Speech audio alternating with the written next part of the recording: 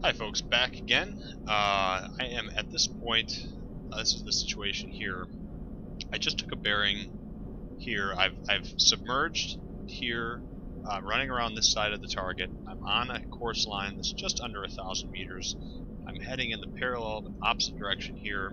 So my plan is, of course, to come in and hit that target, at least just hit that target that I was plotting. And so at this point, the reason why I started it now is to demonstrate the U-Boat Commander's Handbook has a rule in there where you start at a distance of 4,000 to 5,000 meters for the target. We start using this periscope, the periscope sparingly, and just to demonstrate what that means. So at any time in this method, I can read off the range based on the bearing. So what I can do, so what I'll do right now is just to demonstrate how this works. Of course, you'd have your navigator doing this in real life, but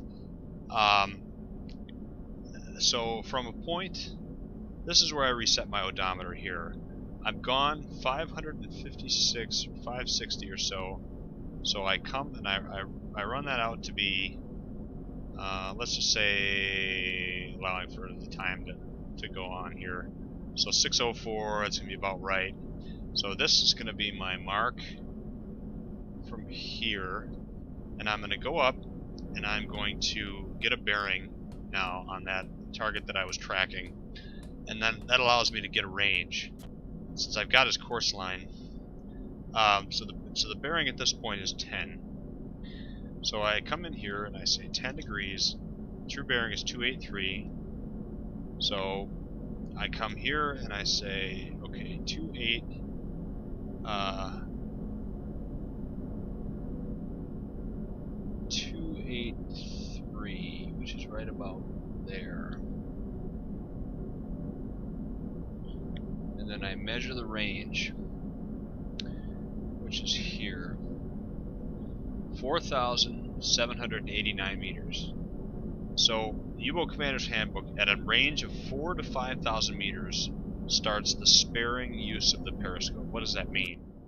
The sparing use of the periscope is basically the advantage of what they call the Standseerohr, which is the attack periscope here, the fixed height attack periscope, is that one hand at all times could be on the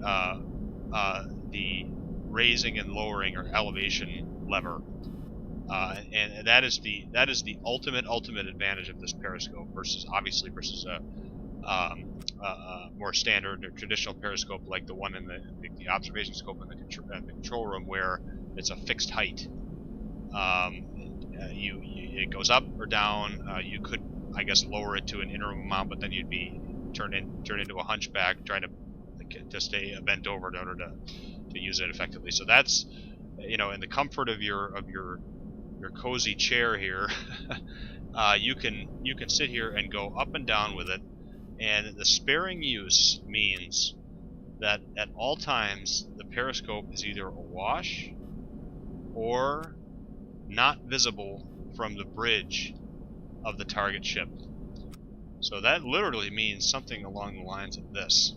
I can see the waves are obscuring most of the target at this point, and I am, as a commander here now. Of course, I'm soloing this, so it's a little more complicated because I need to do double, triple, and sometimes quadruple duty here. But at any rate, what the sparing use of the periscope looks like, none of this stuff, you see this all the time in videos and whatnot. This is not how it is.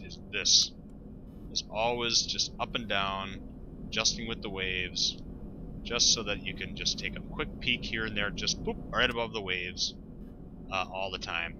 The other thing that the manual, the U-Boat Commander's Handbook makes mention of is finding the range based on 1.5 magnification versus 6. Now, obviously, the reason for that in the manual or in the handbook, I gotta stop saying manual. I'm driving myself and others crazy here.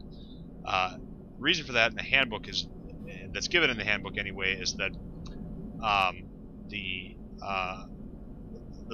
magnification, the lens of the the lens at that magnification does not allow for accurate range finding. At least that's my understanding. Could also have to do with light transmission. But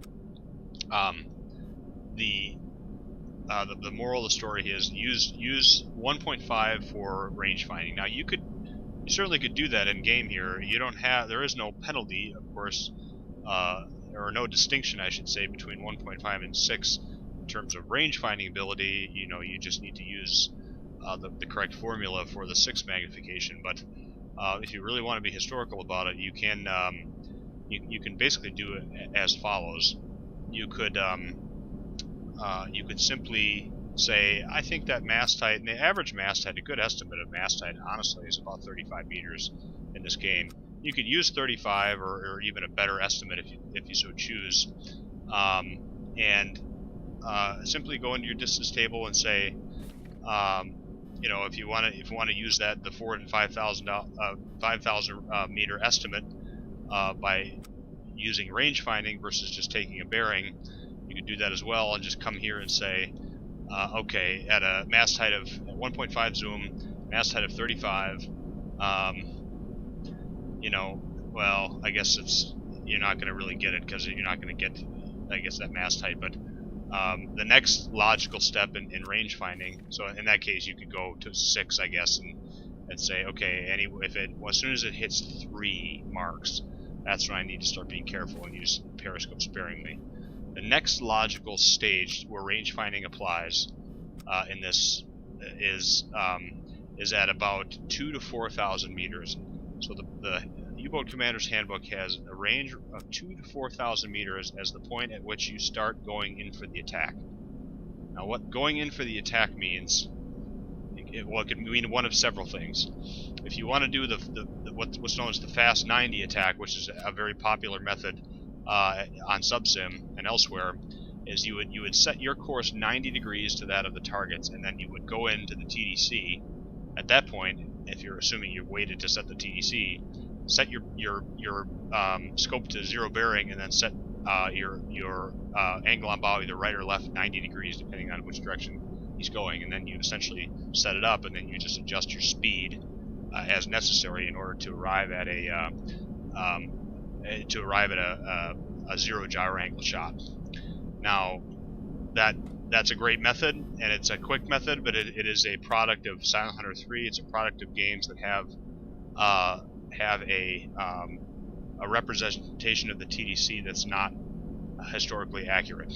And this game is the first game, and part of what I love it so much, is the first game in which we actually have a representation of the TDC that's true to life. To the extent that the game limitations allow for. And what that means is, just check my depth here, make sure we're not.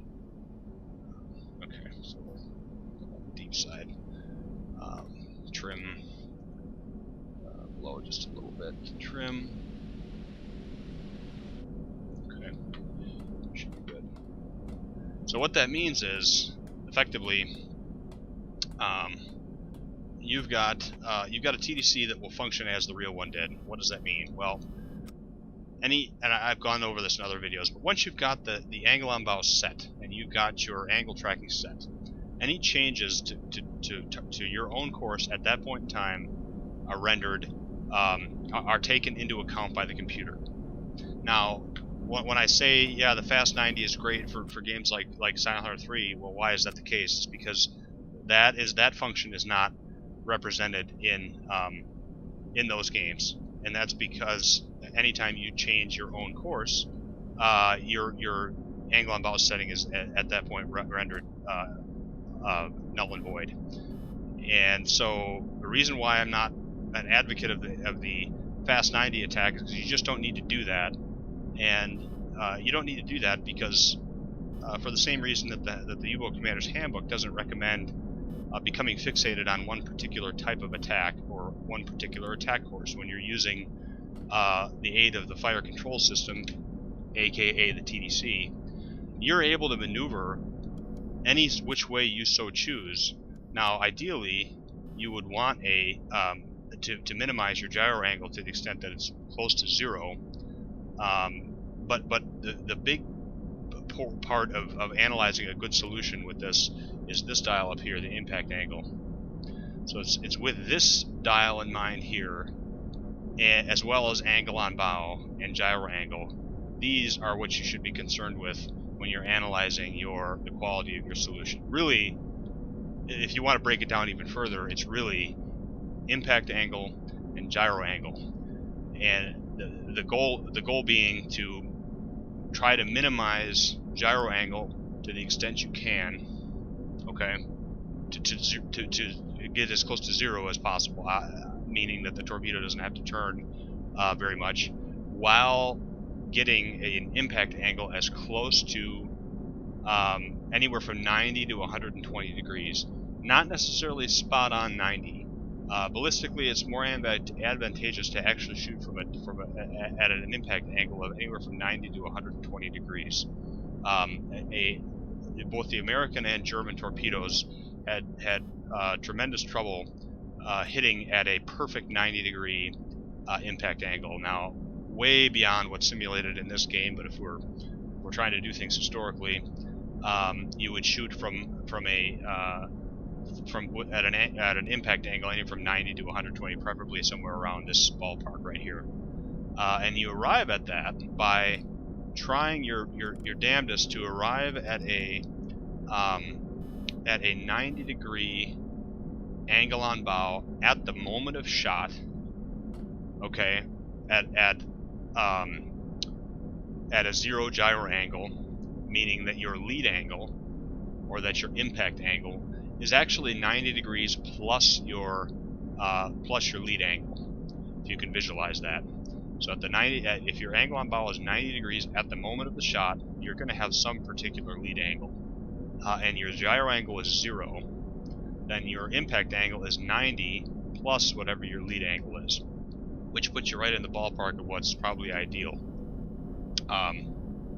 So we're going to try to do that here, and we're going to do it on one target, meaning this guy here.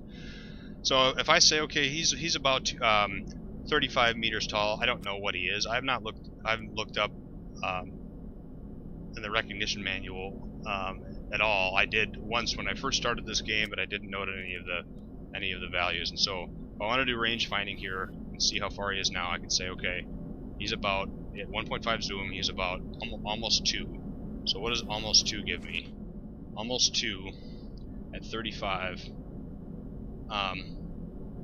is just over 2,000. So at this point, the range at which you start going in for the attack is anywhere from 2 to 4,000, depending on speed and angle on bow. So his angle on bow is about, since I'm going on a parallel course with him, it's analogous to the bearing. So the bearing is 2.7. That's his angle on bow, incidentally. So and his speed is about 6. He's going relatively slow. So at 2,000 meters, I'm going to start going in for the attack. Now, what going in for the attack means is I initiate a turn, not onto a 90-degree course per se, but simply just start angling into the target. And while, whoops, I don't want to go outside there. That's for damn sure. And while I do this, I slowly turn on, and I watch as I keep, and this is why you'd have somebody on the TDC helping you, is as I turn, I keep my scope, always using the scope sparingly and never putting it down all the way. I have my TDC operator watch this impact angle here and watch the changing angle on bow, and all the while, and as well as watch the gyro angle, and all the while you'll be at the scope constantly asking for the angle on bow from the TDC operator, because it's being updated with the goal of refining your angle on bow estimate, assuming you simply estimated it. In our case, we measured it because we got his exact course by way of 0 angle on bow. These guys here are I'm not worrying about shooting them. I'm only going to worry about shooting this guy here, just to demonstrate the use of the TDC to evaluate the quality of the solution. And so I'm watching, and I'm going. This is going in for the attack. I might even turn slower than this. What I'm doing is I'm just, as his angle on the bow grows, and the U-Boat Commander's Handbook talks about watching that angle on the bow grow. Watch that impact angle, watch the angle on the bow grow and watch your gyro angle, because as you get slowly turning into the target, you want, as that target is getting to be about 90-degree angle on bow, you want this to be as close to 0 as possible. That will give you an impact angle that's somewhere in this ballpark here. Now, one other thing you would have done at this point is, your navigator is keeping a plot, and generally, because he's keeping a plot and his course line, how far off the track you are. I'll tell you right now, we're going to be close, so I'm going to just set this even shorter range, just because I know we're going to be really close. So I'm turning in. One thing too, go dead slow. I should have done that. I should have gone dead slow already at the at 2,000 to 4,000 meters when I'm going in for the attack. Just now is the time where you need to really be cognizant of the wake of your periscope, and don't let yourself get be seen. I don't know to what extent that is simulated in the game here, but get in the habit of doing it. It's good historical stuff. So we'll turn a little more. I'm watching. Now, of course, if you wanted to do the bearing change method, assuming you did not estimate his speed, you could certainly do that as well here. Just make sure your rudder is centered, and then just measure his bearing change over a minute. Or even do the fixed wire method if you so choose to do that method as well. So now we're getting into this favorable range here. The angle on bow is growing steadily. We should probably start increasing our turn rate a little bit in order to get our bow ahead of the target so that we minimize our gyro angle. Now this, in case anybody's wondering, well, okay, you're focusing on one target here. If you're shooting at a convoy, I mean, if we're going to get our scores up, should we be shooting at multiple targets? The answer to that is, of course, yes. You can do one of two things. You could either position yourself so as to make sure we're not going to get run over here. We're going to be darn close. You could position yourself in such a way that the targets overlap, which is always a good thing to do. And you could also speed up a little bit. You could also run into the convoy from the front, and being so close and knowing roughly knowing their ranges because you're inside the convoy, you can shoot angled shots using the TDC and still keeping an eye on impact angle, etc. Just know the gyro angle is going to be larger, but you'll have a pretty good idea of the range anyway, so you can shoot angled shots in the convoy to both sides. The handbook talks about that as well as being a good method. So at this point, you can see gyro angle is pretty much minimal. Impact angle is pretty much there already, almost there. At this point, I could shoot, and we'd be in pretty good shape. We'd be in pretty good shape here. So I am going to shoot now. There's that's off. Select tube 2. I don't think I'm going to be able to shoot at another target here, just by virtue of the way things are going here. But you can see we shot while turning there, which is the big advantage of the German TDC there. So we'll see what happens here. I had already set his speed in, so I think we were in good shape with that. So we'll see what happens. I think the range was I set it a little too short, but since our gyro angle was practically 0, that range actually won't matter at all. So, all right, so that guy's going to miss us. So we'll see what happens here. Yeah, it's definitely not going to be 27 seconds. Okay, so there was a hit there, a little aft, meaning my speed was maybe a little slow. So maybe it was after all about just a hair over 6 knots. So that's the demonstration of the watching the quality of your solution. And there you go. See, 90 degrees. We had his course in there almost exactly. 90-degree angle on bow. Just over a 90-degree angle on bow now. So that's pretty accurate, and he's probably also turning a little bit too. So Wanted to include this part of it. I know I've demonstrated a day shot in the past as well, but just so that folks can see how to use the TDC to evaluate the quality of your solution. I haven't seen a whole lot of talk about that, but just to recap, so you should be keeping an eye on angle on the bow, but most importantly, you should be keeping an eye on your gyro angle as well as your impact angle. Understanding that you're trying to get that impact angle anywhere between 90 and 120, preferably around where that's sitting right now, while minimizing your gyro angle to the extent possible. That is the indicator of the quality of your solution. So with that being said, I will sign off. This has been a relatively long series of videos, but hopefully that's been helpful. So take care.